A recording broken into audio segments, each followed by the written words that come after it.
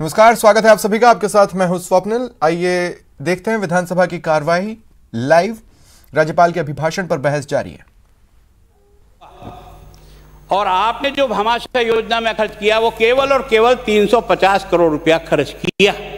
इसका मतलब केवल 28%। इसका मतलब उस गरीब को जो मदद इस पैसे से मिल सकती थी, पैसा आपके पास था, बजट प्रावधान था, लेकिन आपने उसको रोक दिया और उसके कारण से वो गरीब मरने के लिए मजबूर हुआ कि नहीं हुआ।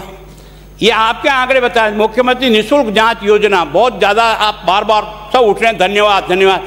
जो आपने निःशुल्क दवा योजना जब लागू की थी तो मैंने आपकी तारीफ की थी ना यहाँ, कि उस गरीब को अगर ये सुविधा मिलती है तो निश्चित रूप से उसके जीवन में बड़ी खुशहाली और उसको आनंद का अनुभव होता है। लेकिन उसकी क्रियान्विति कितनी होती है उसको कोई देखने वाला है कि नहीं है। ये जो आपकी निःशुल्क जांच योजना के लिए आवंटित बजट था आपको 220 करोड़ रुपया, इसमें से आपने खर्च किया है 11 करोड़ 57 लाख रुपया, केवल और केवल 19%। कितना? केवल 19%। इसका मतलब क्या हुआ कि कोविड की जांच के अलावा बाकी जितने भी लोग मरीज थे, या तो आपके अस्पताल बंद थे, या जांच नहीं हो रही थी, या उन लोगों को उस जगह वो जांच की सुविधा नहीं मिली। ये फिगर इस बात को बताते हैं। राज्यपाल के अभिभाषण में आपने बिंदु संख्या 16 में चिकित्सकों के 2000 पदों की अतिरिक्त पद सृजित करके उनकी नियुक्ति, बहुत अच्छा। लेकिन आपका प्रगति रिपोर्ट ये बताता है कि उसी दिन 2227 चिकित्सक के पद आज भी रिक्त है। आप जिसके लिए अपने आप को धन्यवाद दे रहे हो, बहुत अच्छी बात है।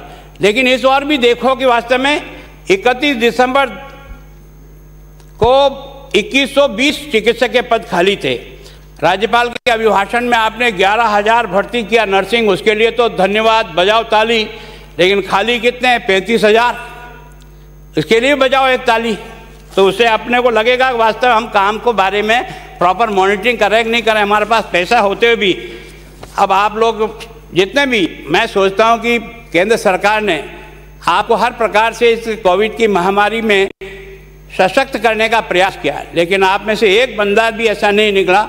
और सरकार ने भी राज्यपाल के अभिभाषण से भी कहलाने का प्रयास नहीं किया कि उन्होंने जो जो मदद की उसके लिए उनका आभार, और आवश्यकता होती है तो उसके लिए और कहें। मैं सोचता हूँ जिस प्रकार का स्वभाव बना है ना, ये यहाँ डिबेट होती है पक्ष और विपक्ष कि गोली से आदमी मर सकता है, नहीं मर सकता है, डिबेट दो तो मैं कह सकता हूँ नहीं मर सकता है, ये होगा। ये तर्क है क्या है? मैं सोचता हूँ इस सदन का उपयोग इस बात के लिए को कमी रही उसको बताओ, और उसका आगे सुधार के रास्ते क्या हो सकते हैं उसका उपयोग करो।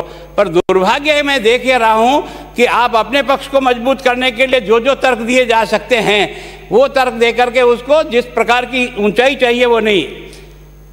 आपको जो क्या इस बात के लिए आपको गर्व नहीं है? मुझे गर्व नहीं है। पर एक बंदा इस बारे में बोला कि वैक्सीन 2 हिंदुस्तान ने तैयार कर दी ना, उन हिंदुस्तान के उन वैज्ञानिकों को आप कम से कम धन्यवाद तो देना चाहिए कि सारी देश और दुनिया जिस कोविड की वैक्सीन के लिए प्रयत्नरत था, उस प्रयत्नरत में हिंदुस्तान के लोगों ने भी 2 वैक्सीन निकाली है, और उसके कारण से आज निःशुल्क वैक्सीन, मैं सोचता हूँ दुनिया के अगर किसी और देश में गई तो उसका उदाहरण आप जवाब दो, उस तब से बता देना। लेकिन हिंदुस्तान में निःशुल्क वैक्सीन इन सब लोगों को लग रही है, ये कोई सामान्य घटना है? या मैं सोचता हूँ इसके बारे में भी आपको मुंह से एक शब्द नहीं निकलता है कि इतनी बड़ी सुविधा जनता को इस महामारी के समय में दिया, उस पर बात नहीं है। पहले 9 महीने में। और भीलवाड़ा से इस वक्त की बड़ी खबर है। एसीबी ने कार्रवाई की है। आबकारी निरीक्षक आशीष शर्मा ट्रैप हुए हैं। घूस लेते आबकारी निरीक्षक को गिरफ्तार किया गया। 15,000 की रिश्वत लेते ये ट्रैप हुआ है। बड़ी खबर आपको बता रहे हैं भीलवाड़ा से।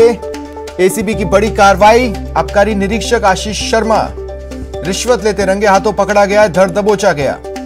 15,000 की रिश्वत ले रहा था। दरअसल इसने परिवादी से रिश्वत मांगी थी। ये शिकायत एसीबी में की गई। एसीबी ने मामले का सत्यापन करवाया और फिर इस ट्रैप की कार्रवाई को प्लान कर आज अंजाम तक पहुंचाया गया। जिस वक्त आबकारी निरीक्षक आशीष शर्मा 15,000 की घूस ले रहा था, धर दबोचा गया।